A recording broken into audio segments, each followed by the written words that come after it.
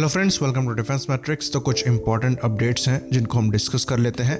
पहला जो अपडेट है वो ये है कि रशिया ने 21 MiG-29 को बेचने का जो कमर्शियल ऑफर है उसको इंडिया को सौंप दिया है। तो रशिया द्वारा करीबन 21 MiG-29 फाइटर जो हैं वो इंडिया को सप्लाई किए जाने हैं।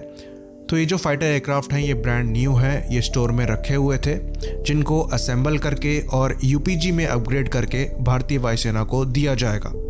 तो ये जो एयरक्राफ्ट हैं वो काफ़ी सस्ते प्राइस में मिल रहे हैं। इस पर विचार करने के बाद ऑर्डर जो है वो दिए जाएंगे और उसके बाद रशिया द्वारा इन्हें बनाकर इंडिया को सौंपा जाएगा। तो ऐसा माना जा रहा है कि ये जो 21 MiG-29 होंगे इसमें AESA रडार को लगाया जा सकता है। तो इंडियन एयरफोर्स के पास करीबन पहले से ही 66 के आसपास MiG-29 UPG एयरक्राफ्ट हैं और इनसे करीबन 3 स्क्वाड्रन जो है वो बना हुआ है। तो इन 21 एयरक्राफ्ट के ऐड होने के बाद से एक और स्क्वाड्रन जो है वो इंडियन एयरफोर्स की सर्विस में आ जाएगा और जो इंडियन एयरफोर्स की डिप्रेटिंग स्क्वाड्रन संख्या है उसमें थोड़ी बढ़ोतरी जो है वो हो जाएगी। तो ये जो MiG-29 फाइटर हैं ये काफ़ी ज़्यादा कैपेबल फाइटर हैं। अपग्रेड होने के बाद ये modern air to air missiles को फायर कर सकते हैं। साथ में इनमें मॉडर्न इलेक्ट्रॉनिक वॉरफेयर सूट वगैरह भी इंटीग्रेट किया गया है। फ्यूचर में इनमें जो इंडियन डेवलप्ड वेपन्स हैं उनको भी इंटीग्रेट किया जाना है, तो ये काफ़ी ज़्यादा कैपेबल बन जाएंगे। तो ये इंडियन एयरफोर्स के रिक्वायरमेंट को तो पूरा करते ही हैं, साथ में जो हमारे एनिमीज़ हैं उनके एयरक्राफ्ट के कंपैरिजन में कहीं से भी परफॉर्मेंस में कम नहीं है। तो ये जो 21 एयरक्राफ्ट हैं ये पार्शियली बने हुए हैं। अगर डील साइन हो जाती है तो 1 से 2 साल के अंदर इनको बनाकर डिलीवर किया जा सकेगा। तो अब बस ये देखने वाली बात है कि इसका जो कॉन्ट्रैक्ट है वो साइन कब होता है।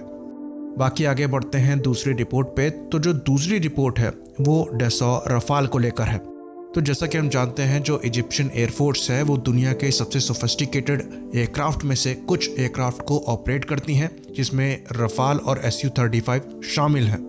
तो इजिप्शियन एयरफोर्स की ही एक एक्सरसाइज के दौरान ये चीज़ निकलकर सामने आई कि रफाल ने Su-35 के सेंसर्स को जैम किया और खाली जैम नहीं किया पर BVR कॉम्बैट में लास्ट में उसे डिफीट भी किया। तो रफाल का जो इलेक्ट्रॉनिक वॉरफेयर स्वीट है जिसे स्पेक्ट्रा कहा जाता है, इसके बारे में हम बात कर चुके हैं। ये बहुत ही ज़्यादा एडवांस है और रफाल को पावरफुल बनाने में इसका एक बहुत बड़ा हाथ है।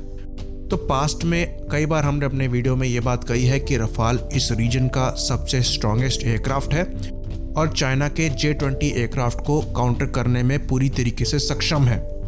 तो रफाल का Su-35 को बीट करना ये एक्चुअली कोई सरप्राइजिंग नहीं था।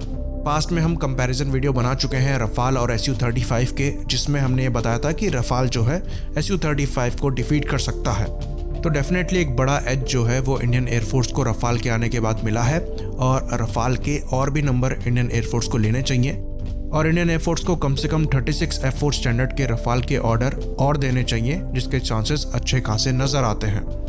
ये चीज़ भी यहाँ पर हम क्लियर कर दें कि ये 36 और रफाल लेने के बाद भी 100 के ऊपर जो MRFA कंपटीशन के अंदर एयरक्राफ्ट लेने हैं वो लेना भी ज़रूरी है, क्योंकि इंडियन एयरफोर्स द्वारा MiG-23, MiG-27 और MiG-21 के अच्छे खासे नंबर जो हैं वो रिटायर किए गए हैं। तो पहले उनकी भरपाई भी करनी है, साथ में स्क्वाड्रन संख्या को बढ़ाकर 42 के ऊपर भी करना है। तो 36 और रफाल लेने के बाद भी और ज़्यादा एयरक्राफ्ट लेने की जो रिक्वायरमेंट है वो इंडियन एयरफोर्स को है। बाकी तीसरी इंपॉर्टेंट न्यूज़ की बात करें तो DRDO के द्वारा आकाश NG मिसाइल का टेस्ट किया गया है, जो कि एक सफल परीक्षण था। तो ये जो आकाश NG मिसाइल है ये dual pulse solid rocket motor वाली मिसाइल है, जिसकी मैक्सिमम रेंज 70 किलोमीटर के आसपास की है और इसको BDL द्वारा बनाया जाता है। तो ये जो मिसाइल है ये मिड कोर्स में इनर्शियल नेविगेशन और 2-वे डेटा लिंक को यूज़ करती है नेविगेशन के लिए और टर्मिनल फेज में इसमें एक एक्टिव रडार होमिंग सीकर लगता है। बाकी इसमें आगे चलकर AESA सीकर जो है वो लगाया जाएगा।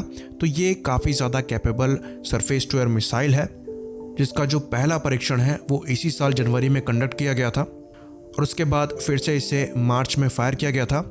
फाइनली आज दोबारा इसका जो टेस्ट है वो कंडक्ट किया गया है। तो MR-SAM के साथ और आकाश NG-SAM के साथ जो ड्यूल पल्स रॉकेट बूस्टर वाली टेक्नोलॉजी है उसको इंडिया मास्टर कर रहा है। अब अस्त्र मार्क 2 मिसाइल का जो टेस्ट है वो कंडक्ट होना बाकी है। इसी बात पर हम इस अपडेट को ख़त्म करेंगे।